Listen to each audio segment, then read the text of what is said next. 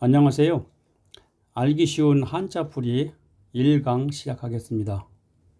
1강에서는 한자는 어떤 글자인가, 그리고 어떻게 공부를 해야 하는가 등에 대해서 개략적인 설명을 해드리고, 2강부터는 한 글자 한 글자에 대한 그 자원풀이를 자세하게 해드리겠습니다. 먼저 한자는 어떤 글자인가, 한나라 한자와 글자 자자를 써가지고 중국 한나라에서 널리 쓰이기 시작했고 발전한 글자라는 뜻입니다. 우리 한글은 소리를 나타내는 글자인데 반하여 한자는 글자마다 모두 뜻을 나타내는 글자입니다. 3500여 년 전에 만들어지기 시작하여 글자의 모양이 조금씩 변해왔고 글자 수도 계속 늘어나 지금에 이르렀습니다. 한자와 한문의 차이입니다. 한자는 한자로 된 하나하나의 글자 또는 한자어, 즉 단어를 말하는 것이고, 한문은 이 한자들이 모여서 만들어진 문장으로 길게 써놓은 글을 한문이라고 합니다. 한자를 배우는 이유입니다. 우리가 사용하고 있는 말의 70% 이상이 한자로 된 뜻글자입니다. 우리 한글은 소리 글자이므로 뜻을 정확하게 이해하기가 어렵습니다. 그래서 말의 뜻을 정확하게 이해하기 위해서는 한자로 된 말들을 배워야 합니다. 한자의 구성입니다. 한자는 사물의 모양이나 동작을 본떠서 간략한 모양으로 표현하여 어떤 뜻을 나타내는 기본 글자와 그 글자들을 서로 합쳐서 새로운 뜻을 나타내는 글자들로 구성되어 있습니다. 이 과정에서 글자의 일부분이 생략되거나 변형된 글자들도 많이 있습니다. 다음은 한자의 배열입니다.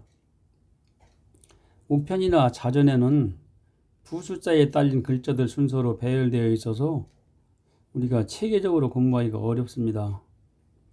그래서 이를 개선하여 모양이 비슷한 글자들을 모아서 다른 글자와 합쳐진 글자들 순서로 배열하여 글자마다 만들어지는 과정과 비슷한 글자들을 비교해 보면서 이해할 수 있도록 하였습니다. 한자의 공부 방법입니다. 한자의 기초가 되는 부수나 자소의 뜻을 정확하게 이해를 해야 합니다.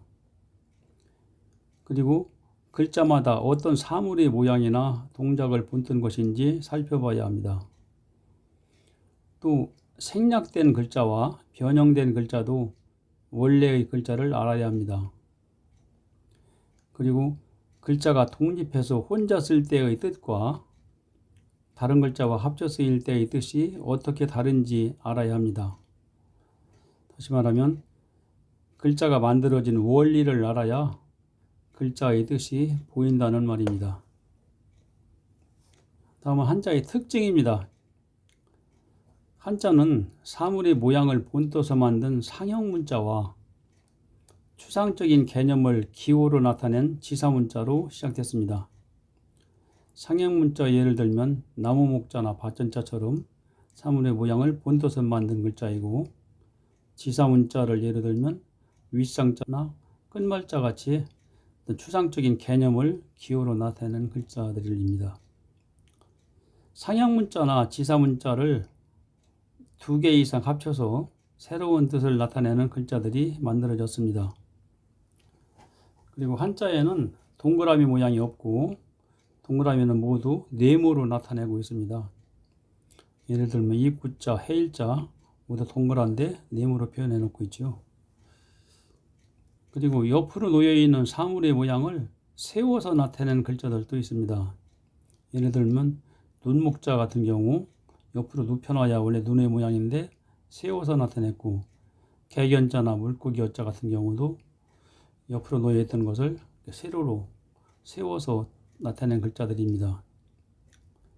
또 한 글자 중에 같은 모양이 2개 겹쳐 있으면 그 글자의 뜻이 많다는 뜻이고, 3개 겹쳐 있으면 아주 많다는 뜻입니다. 예를 들어서 나무 목자가 있는데요. 이걸 두 개 겹쳐 놓으면은 나무가 두 그루라는 뜻이 아니고 나무들이 많이 있는 숲이라는 뜻에서 숲풀림이라고 하고, 이걸 세 개 놓으면은 나무가 세 그루라는 뜻이 아니고 나무가 아주 많다. 그래서 나무 빽빽할 삶이라고 하는 글자가 됩니다. 또 같은 모양을 세 개 겹쳐 쓰던 글자를 한 개로 생략한 글자도 있습니다. 예를 들어서 별성자를 보면은 윗부분이 해일자 세 개를 합쳐 놓은 말글정, 수정정이라고 하는 글자고, 밑에는 날생자입니다. 그 뜻은 수정같이 맑은 것에 밤에 이렇게 생겨 나오는 것이 별이란 뜻이죠. 근데 실제 쓸 때는 위에 해일자 세 개를 하나로 이렇게 생략해서 쓰고 있고, 또 모일집자를 보면은 일자도 윗부분이 새주자가 세 개가 있고 밑에는 나무 목자입니다. 나무 위에 많은 새들이 모여 있다는 뜻인데, 글자도 새주자를 한 개로 이렇게 생략해서 쓰고 있는 글자입니다. 또 글자의 일부를 생략하여 쓰는 경우도 많이 있습니다. 생략형이라고 그러죠. 이 글자는 풀초라고 하는 글자인데 실제 쓸 때는 양쪽 날개를 생략하고 오른쪽처럼 이렇게 쓰고 있고, 또 이 글자도 죄인신이라고 하는 글자인데 물론 그대로 쓰는 경우도 있지만 오른쪽처럼 아래 열십자를 생략하고 쓰는 경우도 있습니다. 또 이 글자는 늙을 노라고 하는 글자인데 이 글자도 아래 부분 변화할 빗자를 생략하고 오른쪽처럼 쓰는 경우가 많이 있습니다. 또 원래의 글자 모양이 바뀌어 쓰이는 경우도 있습니다. 변형자라고 그러죠. 예를 들면 사람인자 같은 경우는 글자 왼쪽에 쓰면은 사람인 변이라고 해서 이런 모양으로 쓰고, 글자 위쪽에 쓰면은 이런 모양, 또 글자 아래쪽에 쓸 때는 걷는 사람인이라고 해서 이렇게 모양을 바꿔서 씁니다. 쉬엄쉬엄 갈 착자는 다른 걸 잡혔을 때 이렇게 착받침이라고 이렇게 바꿔 쓰고 있고, 원독부자도 다른 글자 합쳤을 때 글자 왼쪽에 이런 모양으로 바꿔 쓰고 있고, 고급자는 다른 글자 합쳤을 때 오른쪽에 이렇게 합쳤습니다. 부귀육자나 배주자는 이게 달월자로 바꿔 쓰는 경우가 많이 있습니다. 고기육이 달월로 변한 건 달월이라고 하고, 배주자가 달월로 변한 거는 배주 달월이라고 그러지요. 또 혼자 쓸 때와 합쳐 쓰일 때의 뜻이 다른 경우가 많이 있습니다. 이런 글자는 혼자 쓸 때는 날일이라고 하고 합쳐 쓰일 때는 해일이라고 그럽니다. 또 이 글자는 혼자 쓸 때는 또우라고 하고 합쳐 쓰일 때는 오른손우라고 쓰는 글자입니다. 또한 한자가 쓰이는 위치와 명칭에 대해서 설명을 해드리겠습니다. 이와 같이 글자의 위쪽에만 쓰는 글자를 머리라고 합니다. 머리 쪽에만 쓰는 글자는 진면자, 풀초머리 이런 글자들이 있고, 글자의 아래쪽에 쓰는 글자를 발 또는 밑이라고 하는데 불화발이나 민물소 같은 글자가 있습니다. 또 글자의 왼쪽에만 붙여 쓰는 글자를 변이라고 하는데 사람인 변, 물소변, 손수변 이런 글자들이 있고, 글자의 오른쪽에만 붙여 쓰는 글자를 방이라고 합니다. 여기에 해당하는 글자는 선칼도, 하품흠, 칠복방 이런 글자들이 있죠. 변과 방을 합쳐서 변방이라고 하는데 변두리라는 뜻입니다. 왼쪽 변두리를 변이라고 하고 오른쪽 변두리를 방이라고 하는 거네요. 다음 이 글자는 엄이라고 하는 글자인데 기역자 모양을 반대로 돌려놓은 모양이죠. 대표적인 글자는 언덕엄자, 집엄자, 병질엄자 이런 글자들이 있고, 글자가 니은자 모양처럼 이렇게 쓰는 글자는 받침이라고 합니다. 대표적인 것이 착받침, 길게 걸으린 이런 글자들이 있네요. 한자의 자원풀이에 대한 강의 계획에 대해서 말씀을 드리겠습니다. 왼쪽에 보이는 책자가 강사가 저술한 책인데 알기 쉬운 한자풀이 4급 천자 책입니다.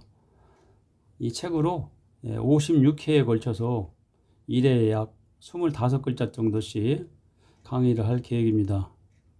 이 내용은 그 모양이 비슷한 글자들을 모아 서로 비교하면서 자원풀이를 해드리겠습니다.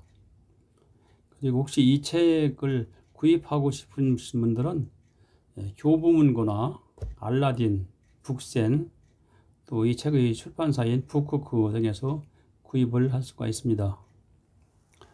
이상으로 알기 쉬운 한자풀이 1강 강의를 마치겠습니다.